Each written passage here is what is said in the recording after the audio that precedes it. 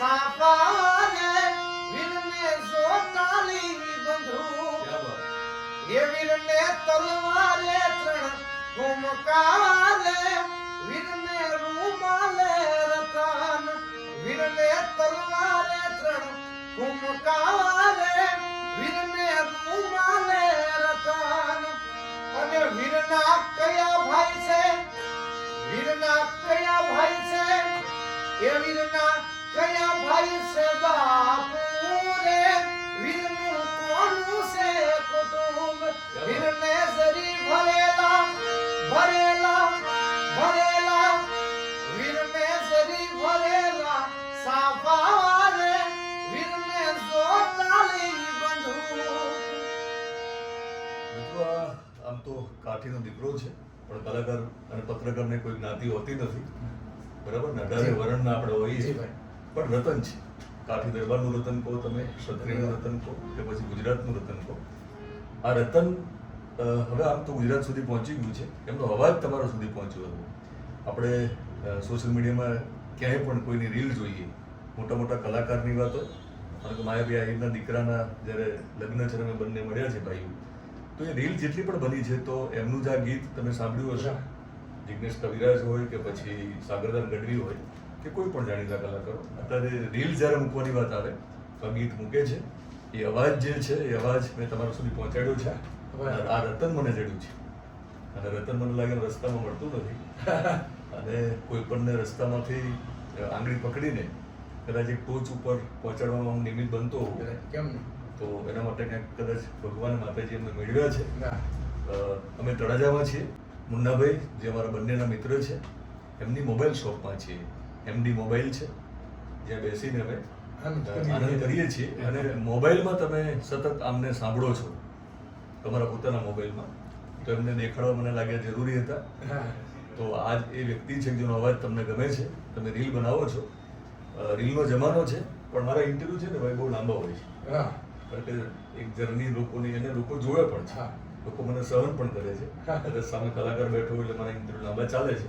તો એક ફૂલ interview YouTube માટે કરવાના છીએ અને મોરે મોરો કરશું ત્યારે ચોક્કસ ચોક્કસ જરૂરથી.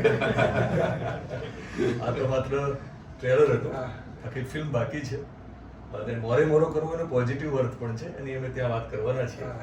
પણ મજા આવી છે. ઉદય દાદલ નામ છે. આ નામ આખા ગુજરાતમાં ગુંજતું થાય એના માટેનો પ્રયત્ન છે અને એના માટે આપણે એક એમની પોતાની દુનિયામાં એક ડોક્યુ કરવાના છીએ.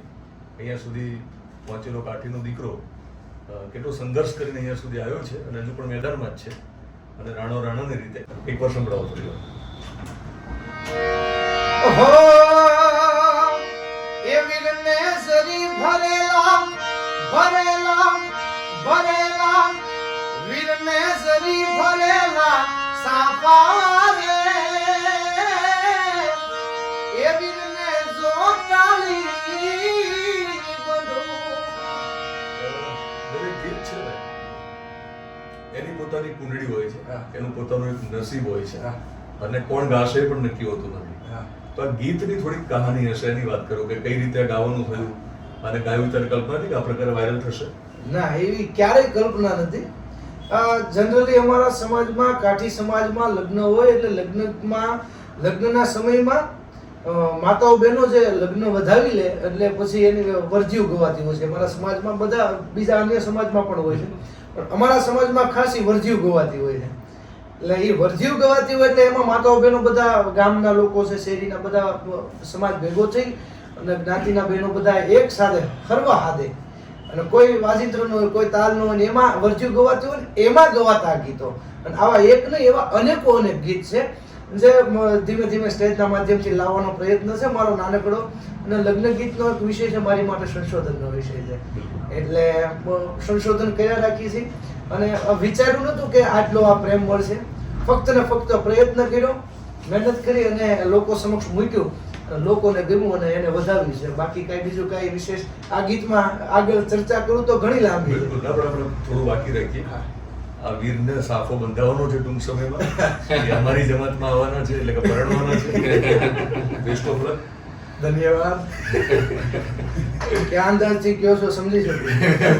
ના ના, મજાક કરું છું. આ મજાક ન કરવી જોઈએ. સ્ત્રીનો એટલો બધો રોલ છે હા આપણી સફળતા. મારી વાઈફ જેનું નામ પદ્મા છે, એટલે હમણાં પેલું પદ્માનું ગીત જે બહુ ચાલે છે, વાહ. તો એનું બહુ મોટું યોગદાન છે. મારી બંને દીકરીઓનું બહુ મોટું યોગદાન છે. જેમ તમારા પરિવારમાં અને તમારા જીવનમાં જ્યારે આવશે સ્ત્રી, હા. તો તમે જુઓ કે પછી જે ફરક પડવાનો છે 100%. તમને ફરક દેખાશે. 100%. પદ્મા ગઈએ, પદ્મા વાળું. આવું ગાય. હા. કે મામા મારી પદ્માને કેજો તમે દાદા કરીને જુહાર અધૂરી રહી મારી પ્રીતાડી રે મહારાજ એ અધૂરી રહી મારી પ્રીતાડી રે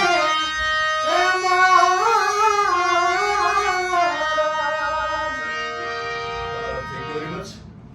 અને best of luck. બહુ ઝડપથી પાછા મળીએ છીએ. આ best of luck તમારી career માટે કીધું. મિત્રો, આ અધૂરો ઇન્ટરવ્યુ તમને લાગતો હશે, પણ આ ઇન્ટરવ્યુ અધૂરો નથી.